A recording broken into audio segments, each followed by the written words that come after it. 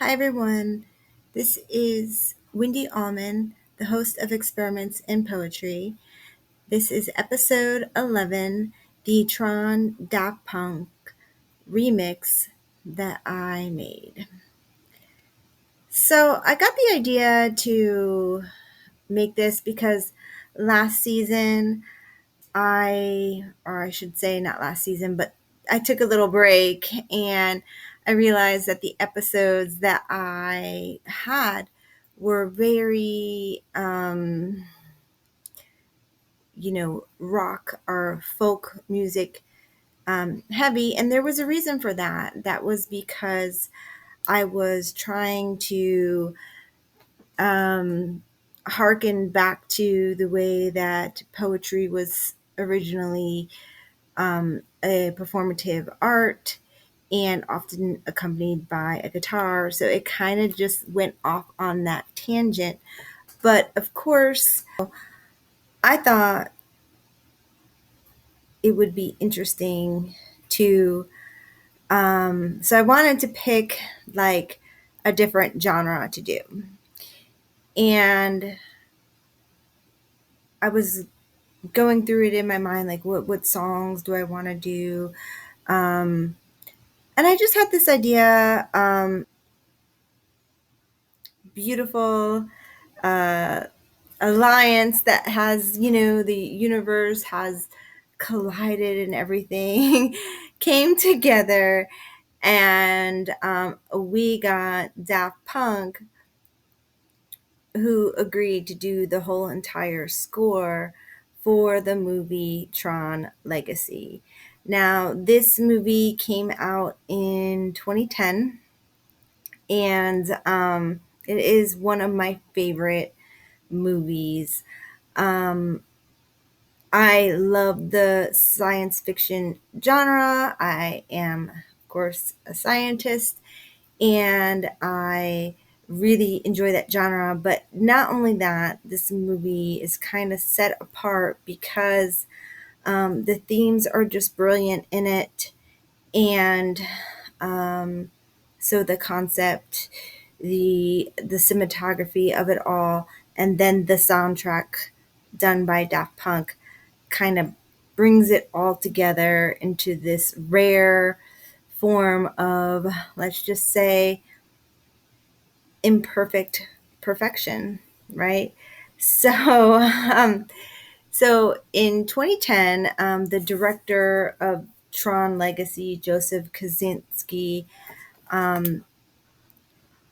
released the movie Tron Legacy. And in this movie, he really fought hard with Disney to get the electronic duo Daft Punk.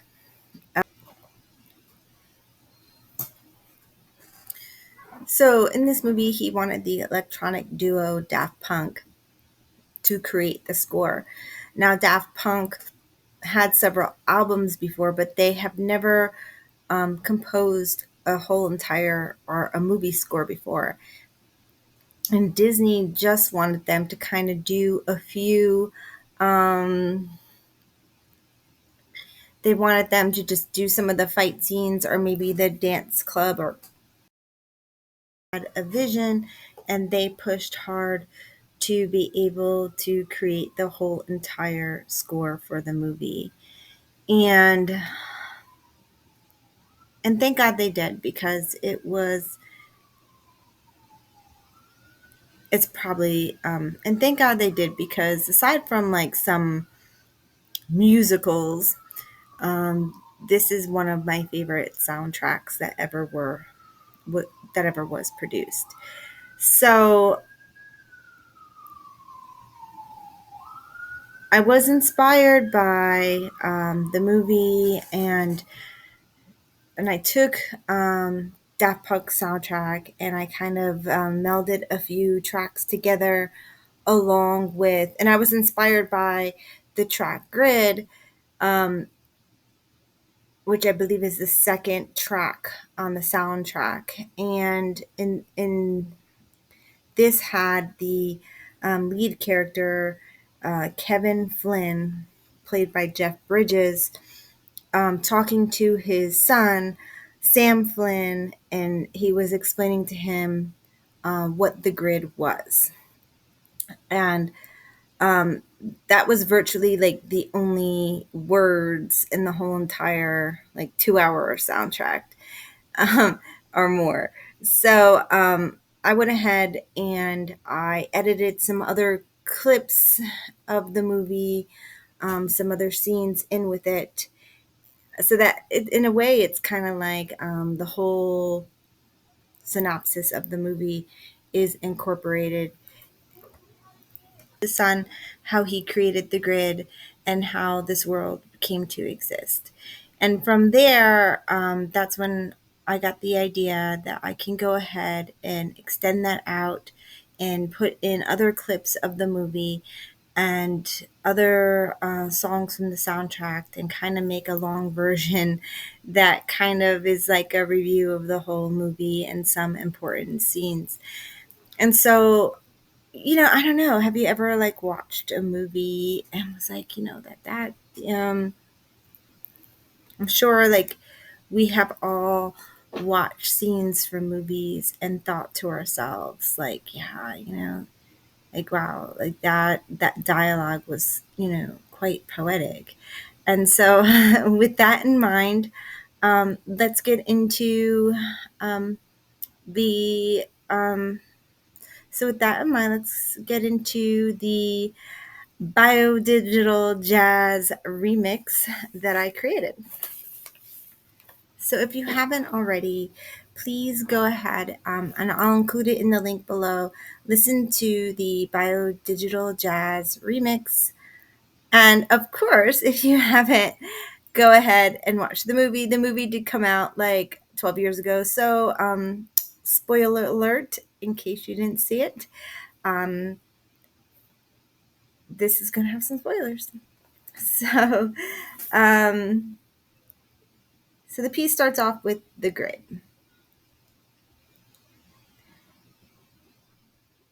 Flynn is talking to his son, and he says, "The grid, a digital frontier. I tried to picture clusters of information as they moved through the computer. What did they look like? Ships? Motorcycles? Were the circuits like freeways? I kept dreaming of a world I thought I'd never see, and then one day I got in." So, um, in this dialogue, he's talking. So in this dialogue, the lead character, Kevin Flynn, has been stuck inside this digital world that he created. He is a programmer, and he was obsessed with creating digital world. And one day he figured out how to enter the digital world, where he made a copy of himself, and that copy of himself was named Clue. So Clue was a digital copy of his younger self, or his self at the time where he first made the grid. So when he found the way to get into the grid, him and his digital self, Clue, decided that they would work as a team together to create the perfect world or the perfect system. And he was spending, so the lead character Kevin became obsessed with this idea, and he was more obsessed with the idea of this digital world and creating a perfect world than spending time in the outside world. And so he was spending more and more time inside the digital world, because he really wanted to, create his own universe and a perfection. But then one day, some life just spontaneously appeared in his system, and he called those the ISOs. And when they appeared, him and his digital self, Clue, got into a huge fight because the only living thing that Clue tolerated was Kevin. Ironically, maybe Kevin thought his self was perfect. Um, so when he saw the other living entities that just came out of nowhere and spontaneously started to exist in this digital universe he created, Clue started to murder them and purge them all from the system. And this started Clue on some sort of like diabolical dictator like um, behavior. And he just destroyed everything that wasn't like a perfectly running program. And he even tried to hunt down Kevin himself. Um,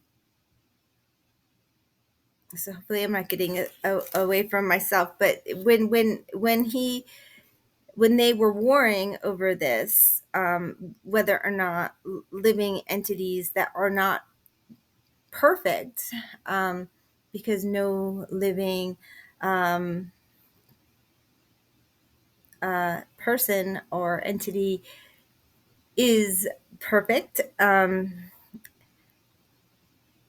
should they be able to exist in the world? And so they got in a war over this. And when they warred over it, Kevin Flynn got stuck inside the system because he couldn't get away. He couldn't exit anymore.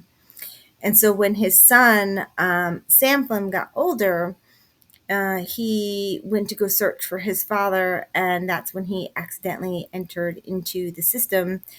And this is the dialogue that that Kevin and Sam, father and son, had together, is and how the world was created. He goes on to tell his son history, science, philosophy, every idea man has ever had about the universe is now up for grabs. Biodigital jazz, man, to inform the digital space. Heavy stuff. So when he's talking here about history, science, philosophy, that is when the ISOs appeared and his mind just was blown that, spontaneous, intelligent life could occur. And then he realized that the system could be more than just and that's when he realized that that the most beautiful thing about the system that he created was, in fact, these life forms, that creating life, and these imperfecting this the this imperfect beings that Clue did not like, because living things, they grow and they change over time. And so, therefore, in a way, they're unpredictable, and there is not certainty, and they could be quite unknowable what the future is. Although there could be some predictions, nothing could be absolutely certain. So,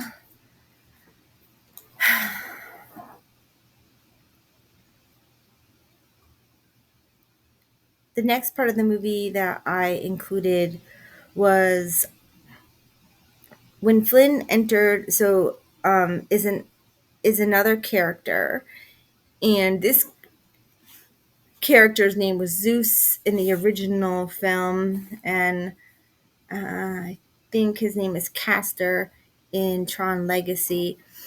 But he is talking to some of the other programs and Clue, and he is talking about how excited it was when their creator Flynn was finally able to join them in the system. And he says, when Flynn entered the space, everything changed. I've never seen anything quite like it. And then he says, are you searching for this clue? And this was some sort of disc that had the information of where Flynn was, like a memory drive of sorts. And he said, you've been searching for it for about 1,000 cycles. Just imagine the secrets that it holds. The master key to any and all riddles of the grid.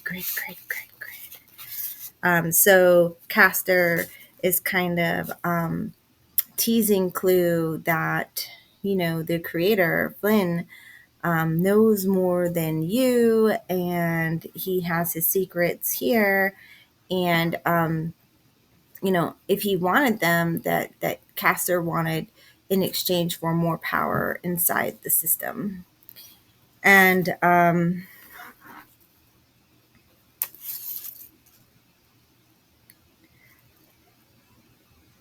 so then the mix just goes on with some really great music set forth by Daft Punk. And then I have a line from Castor saying, "This is going to be quite a ride." And then it gets into quite a large segment of the track D-Res, which is one of my favorite tracks on the soundtrack for this movie. And then I get into the final scenes of the movie, which is now that Clue was able to obtain the disc, he got information about where Flynn was, and so he was able to track Flynn down. And this is the final battle scene that they had, and and this is their dialogue. So he says, so Clue says, "The cycles haven't been kind, have they?" And then Flynn answers, "Oh, you don't look so bad." And Clue says, "I did everything you ever asked me to do. Everything you ever asked." And Flynn answers, "I know you did." Clue says, "I executed the plan." Flynn, "As you saw it." Clue says, "You promised that we would change the world together, and you broke your promise." Flynn says, "I know, I understand that now." And then Clue says, "I took the system to its maximum potential. I created a perfect system. The thing about perfection is that it's unknowable, it's impossible, but it's also right in front of us all the time. You wouldn't know that because I didn't know that when I created you. And I'm sorry, Clue. I'm sorry." Uh, and so I think that these lines are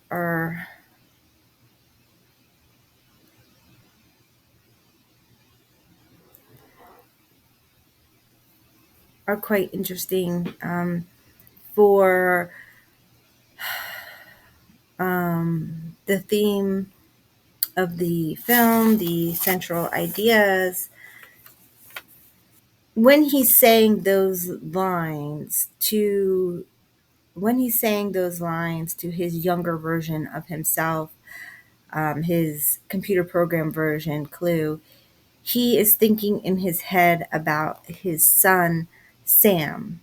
And I think he's also thinking about his other creations in the world, the other programs. But not only that, the ISOs, and one of the main characters is Cora, which was one of the only remaining spontaneous life forms that survived the purge that Clue went on to get rid of all imperfect things, which included all living things.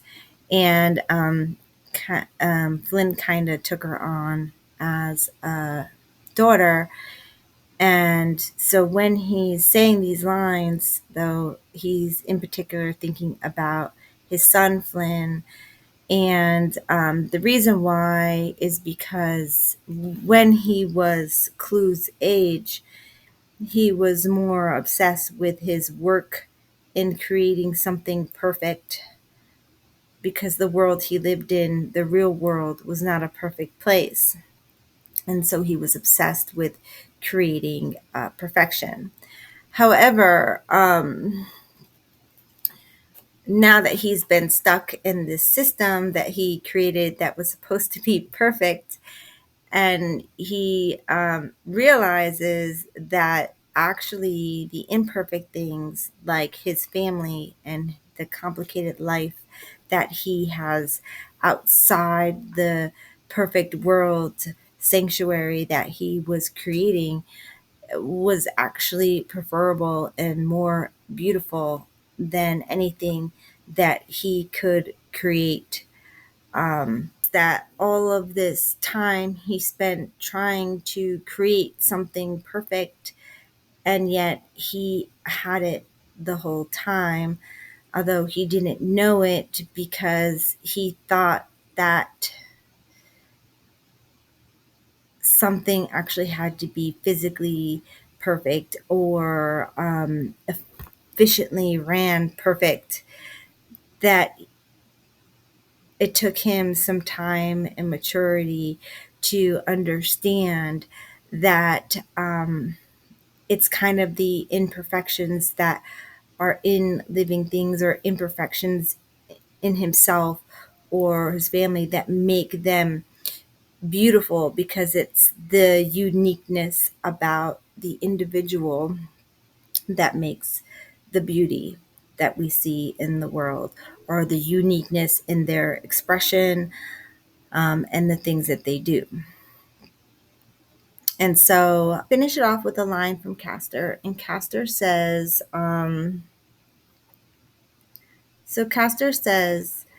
I realize sometimes that our alliance is at times uneasy, but it's always necessary. And when he says it, it's more like a question.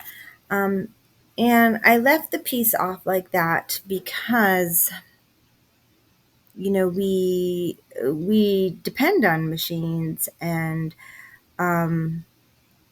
we depend on computers more and more, and we tend to think, I'm using it right now to um, put together this little remix that I made, and my review of the movie Tron, and the soundtrack. Um, but um, but that poses a really interesting question: Is it is a means, but is it necessary? Um, or does sometimes it inhibit us in some ways? Like, I sometimes think about when I was little and I could remember everybody's phone number, um, you kind of had like this capacity, and it's like, you just memorize like 40 people's addresses and 30 people's phone numbers, and it was just normal. And then, once I got a cell phone, I honestly, um,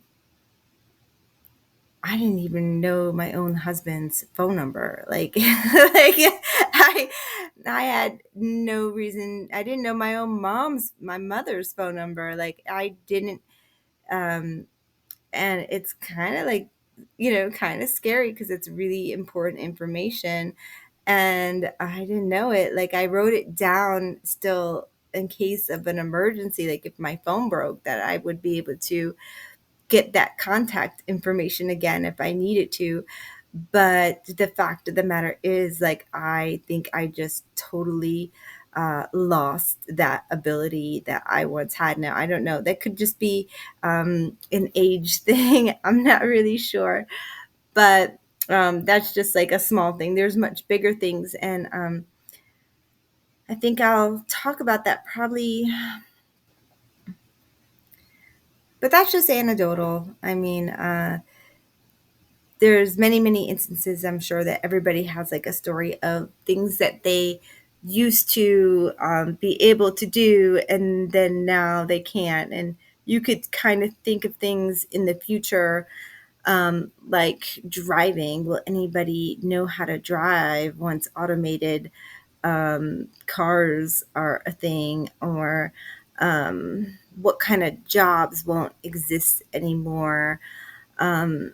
Some people like even say that, your algorithms, from buying stuff online, it's just like gonna automatically know what you want and send it to your house, which, that makes me sad because, I like to shop, and, I kind of still want to go on there and, yeah, see what's there. Now, chances are I'll probably get the same thing that I always get, but I like to window shop or online shop, but not get. Just look, you see. So with that, thank you for listening to my biodigital jazz remix and listening to the story behind it. I hope to see you in future. Um, I hope you join me again for future episodes.